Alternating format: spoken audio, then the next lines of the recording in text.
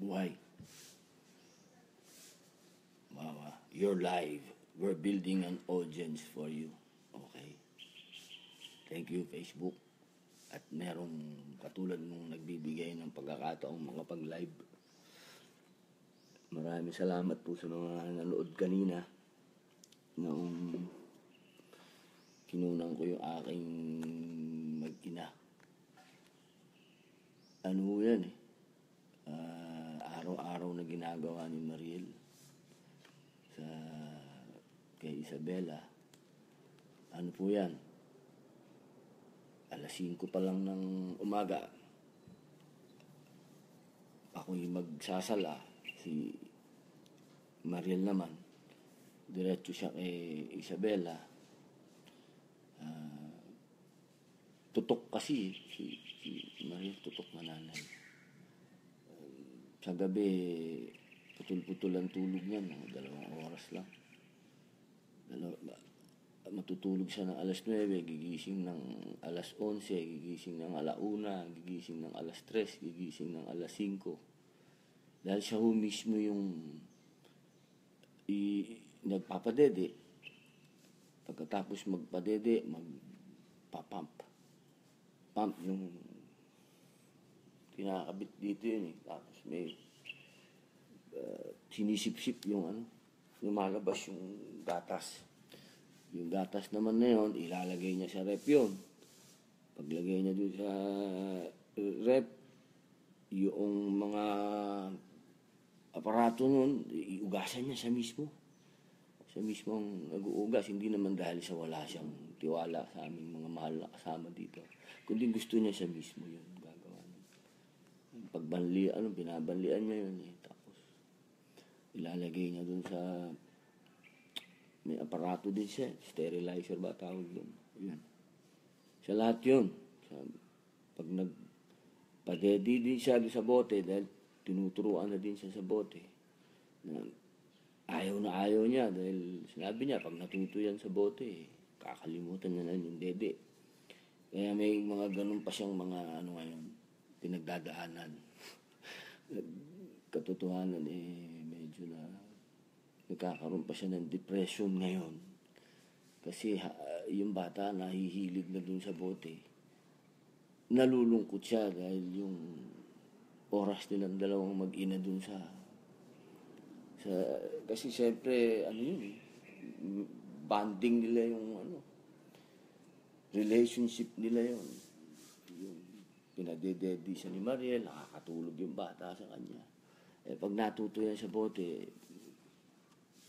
na din yan. May malaking kalungkutan sa kanya, kaya medyo nadidepress siya doon. Pero, unti-unti niyang pinag-aaralan, bawat araw, pinag-aaralan niya kung ano yung gagawin niya dun sa anak niya. Nakakatuwa. Kasi, siya na pinaka-busy tao sa oras na to. Mas busy pa siya ngayon kaysa nung showtime siya. Ito wala siyang oras ngayon eh. Yung grooming niya. Grooming ba tawag sa babae? Sorry, hindi ko alam. Yung pagpapaganda. Ayan, wala ngang oras yan lahat. Wala. Wag oras. Dati yan, may mga palinis-linis pa ng kuko. Ngayon, siya na naggugupit ng kuko ng bata. Kaya yun ang kalagayan ni Mariel sa ngayon. Siya ay matatawag na ina at pinaninindigan niya. Sabi ko nga sa kanya kagabi, wala naman akong ibig sabihin dito sa sasabihin ko. Inuulit ko po. Ako po ay mahal ko po ang mga Kristiyano. Mahal ko po kayong lahat, mga Hudyo, wala po akong tinitingnan, Buddhist o magkakapatid po tayong lahat. Nabanggit ko lang po sa kanya ito dahil katuruan ng Islam. Sabi ko sa kanya kagabi, alam mo ba kung Muslim ka? Ang laki ng reward ng isang ina kung ganyang klase ang pag-ibig mo at pagmamahal mo at malasakit mo sa iyong anak. Yung bawat hakbang mo na yan, may reward ka, may gantimpala ka sa Panginoon dahil ang iyong pag-ibig talaga. Yan, struggle yan. Sabi ko sa kanya, struggle yan. Kinukonsider yan na jihad ng ng mga Muslim na babae, yung pagsilbihan mo ang pamilya mo, yun ay part of faith. Yun ang sinabi ko sa kanya. Inuulit ko, wala ho akong balak na ano. Alam ko, ganyan din naman ang katuruan sa ibang religion. Okay, mabalik po tayo sa kanina. Binabasa ko po ito. Ito po ay libro. Yan po. Plaridel. Dungan ng Katipunan. Si Plaridel po, yan po si Marcelo del Pilar. Medyo tiga Bulacan din po yan. Yan po ay amain ni Gregorio del Pilar. Siya po yung kasama ni Jose Rizal saka ni Graciano Lopez sa La Solidaridad. Ayan ho, binabasa ko ito. Binigay ho ito ng isang nakilala ko sa Malolos nung ako pinaimbitahan sa Malolos at nagsalita doon. Noong panahon pong itinatag ang unang republika, inirigalo niya sa akin ito. Maraming salamat ka ko at sinabi niya siya nga ang sumulat. At nung binasa ko yung siya mismo nakalagay sa likod, meron siyang mga dyan. Wala yung binabasa ko, bali mamaya. King Cortez ang kanyang pangalan. Nakalagay, masyado akong, kasi pa, sabi ko sa kaming dalawa ni Mariel, security guard number 3246, King Cortez. Kung tama yung nasa isip ko, napakaganda mong halimbawa sa lahat ng mga masasabi kong gustong magpursige sa buhay. Kung ang pagkakaintindi ko dito, sa aking, hindi ako matalinong tao, baka hindi ko naabot. Security guard ka sa totoong buhay. At ikaw, bilang isang security guard, nakagawa ka ng research. Ewan ko kung tama yung King, kung mapapanood mo to, parang awa mo na, i-correct mo ko kung mali ako. Ngayon, tutuloy ko na yung pagkakaintindi ko. Nakasulat ka ng ganitong libro at sa tulong ng bahay sa Aliksikan ng Bulacan, Center for Bulacan Studies, Bulacan State University. Malamang dito ka din pinag-aral siguro. At ito ang naging parang dahil matalino kang tao at nagpursige ka, malamang, hindi ko alam, hindi ako sigurado. Ikaw ay hinayaan nilang sumulat ng ganitong klaseng napakatinding libro na punong-puno ng research sa loob. Hindi ho ito kwentong kutsero, hindi ito history sa TV, hindi ho ito history sa internet o sa kahit anong nagpapanggap na sila ay magagaling na historian. Ito ay punong-puno ng Teka, si Mariel Huya, nung bata, ginagawa akong marker. Dalawa ito. Nasa isa. Yan o, punong-puno ho yan ng ebidensya. Hindi ho kwentong kutsero ang isinulat ni King Gutierrez. Napakaganda ho nito. Bisyado akong bumilib sa iyo, Senior King. At sana kung magkita tayo muli, makakamayang kita. Kasi ang dami kong natutunan dito. Yung binabasa ko kanina, hindi ko namarkahan, sayang. Pero patungkol yun sa naging awayan nila Marcelo del Pilar, ni Graciano Lopez Haina, saka ni Jose Rizal. Nagkaroon sila ng tampuhan. Nandito, sayang, pati yung palitan nila ng mga mensahe. Pero isang araw ho, babalikan ko kasi matagal kung hahanapin natin. Pero yung background niya, parang masyadong malapit sa mga nangyayari ngayon. Masyadong noong panahon pa nila, talagang uso na ang intrigahan. Hindi pa ho sila mga politiko nito. Mga revolusyonaryo pa ho sila nito nung nandun sila sa Spain. Doon ho dinala ng mga taong ito ang revolusyon. Sa sentro, ganun ho sila katapang. Hindi ho itong mga taong ito ay hindi ho ito yung nagtatago.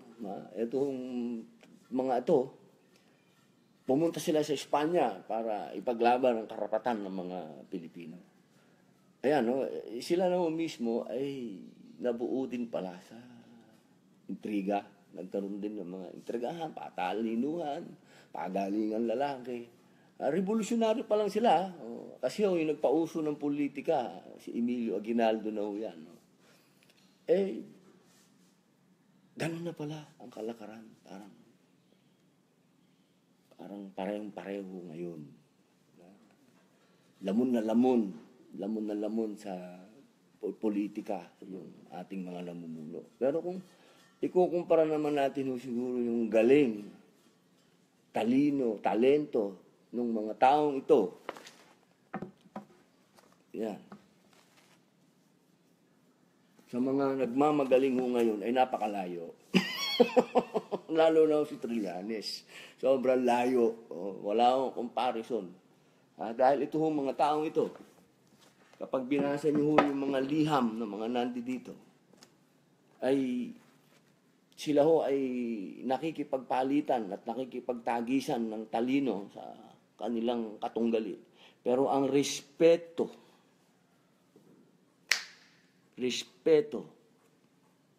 ay nananaig at ang katotohanan sa kanilang sinasabi.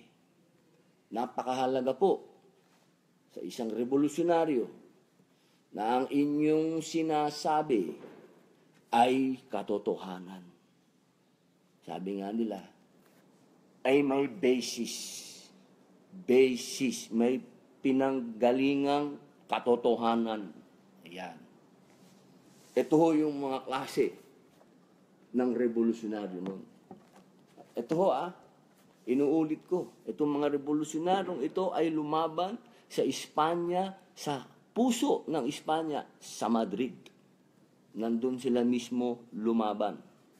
Sa Espanya, nung panahon na yun ho ang superpower. Yan ang Amerika.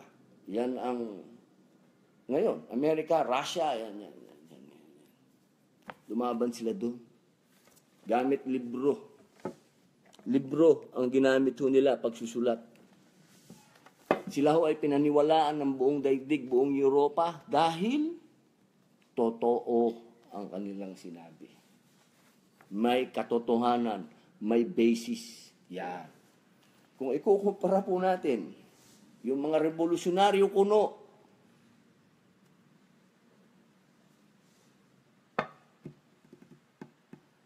ginamit, nandito sayang, meron dito sinulat, sabi yun daw, ginagamit ang pagiging revolusyonaryo sa pansarili nilang interes. Ayun. Ang linaw-linaw ho yan ngayon, nakikita natin. Nagmamagaling at sinasabing siya daw ay tunay na revolusyonaryo, dala pa ang bandila ng Katipunan. Nakalulungkot. Ngunit, kapag katiningnan mo naman sa isang banda, magkakaroon ka rin ng pagkakilabot.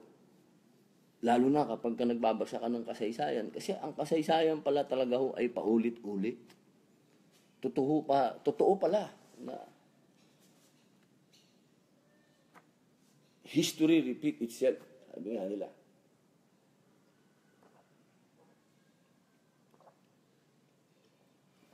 Kasi ho, yung magdalo, yan ho ay ginamit ni Emilio Aguinaldo na kanyang alias. Magdalo, galing po yan sa Magdalena. Naging Magdalo. Yan ho yung pangkat na pinamunuan niya sa Cavite na sa ilalim ng Katipunan. Siya ang pinuno nun, Magdalo. Yan. Ang Andres Bonifacio, siya ho ay ang may pag-asa. Ayan. Ngayon, ang mga Magdalo po Yan ho ay mga politikong nasa ilalim ng pamamahala ng Espanya.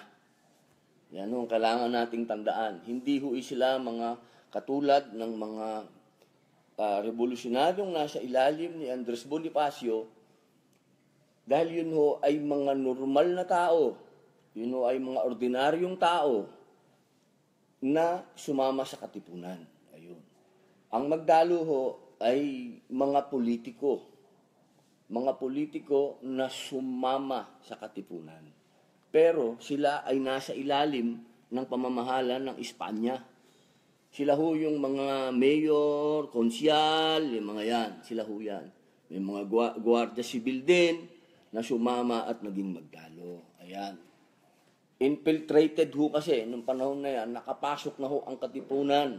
Malakas na ang katipunan. Napasok na pati ang sangay ng gobyerno na pinamamahalaan ng Espanya at mga Pilipino, yung mga mayor. Yan. Isa na ho dyan, si Aguinaldo.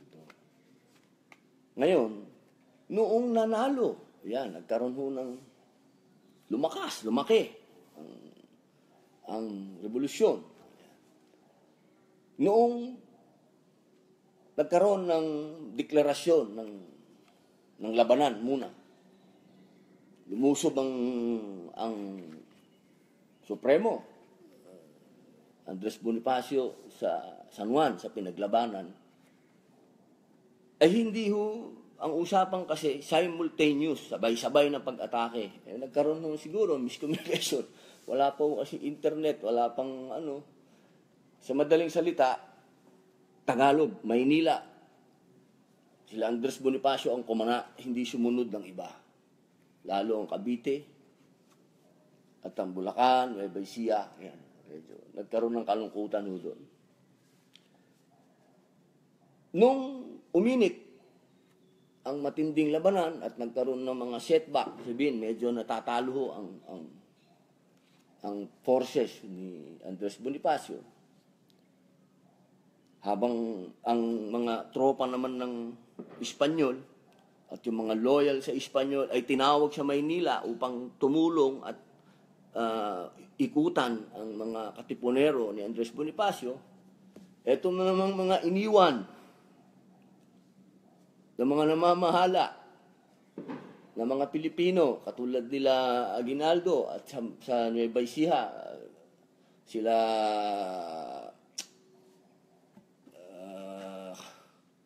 may mga sa Nueva Ecija. Ito, importante itong magdalo.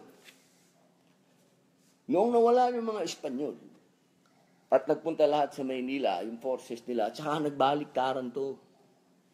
Tsaka sila nagdeklara ng kanilang revolusyon. Kaya mabilis silang nanalo doon. Sa magkabila ho yan. Cavite, sa norte, papunta ng Nueva Ecija, pataas. Mabilis silang nanalo. Sa madaling salita, dahil si Bonifacio ang nagulpe at nandun lahat sa Espanya, ang mga Espanyol, ang mga Kastila, nandun lahat sa kamay nila, umatras. Hiningi ng mga tiga Cavite ni Magdalo, ayan, na dito ka muna sa amin. Total, ikaw napagkaisahan dyan. Tumakbo ngayon ang Supremo dyan. Pero siya pa din ang kinikilalang Supremo. Siya yun eh. At nung panahon na yun, gobyerno na ho yung katipunan. Tandaan ho natin, yun ang revolutionary government. Nagtayo na, may sarili na tayong gobyerno, kaya sumusunod na ho ito. Yung Magdalo, sumusunod na sila. Yung etong mga to, sumusunod na sila kay Andres Bonifacio. Yun, pagdating ngayon doon na lumabas ang inggitan. Doon na lumabas ang siraan. Kung ano ho ang mga naririnig niyong paninira ng Magdalo ngayon, ibinintang din ho yan kay Andres Bonifacio. Napakasaklap ho. May nagbintang na gustong patayin ni Andres Bonifacio. Meron pa hong weakness yung mga yan. Ha? May weakness din. May mga ganyan din, no, bumabaliktad, tinuturo. Totoo. Si Andres Bonifacio, ang Supremo, gusto niyang papatay si Aguinaldo. May mga ganyan, ho. Nung eleksyon, bago yung Tejeros, katakot-takot na paninira, ho. Nagbibigay pa ng mga, nung panahon nun, walang media, mga kasulatan, mga propaganda, binibigay sa mga tao na ang Andres Bonifacio ay corrupt, agent ng ibang bansa, ganyan, no. Ang daming lumabas na kasiraan. Isipin nyo, nung panahon na yun, inakusahan na si Andres Bonifacio na agent. Sabihin, tuta ng kinakalabang bansa.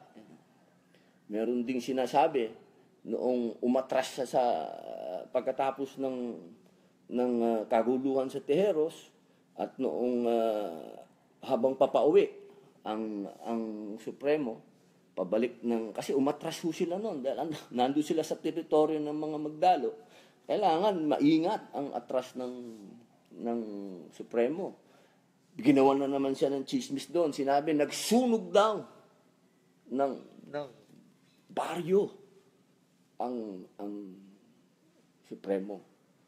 Lahat ho yan ay mga ilan lamang sa ibinintang na may mga weakness din.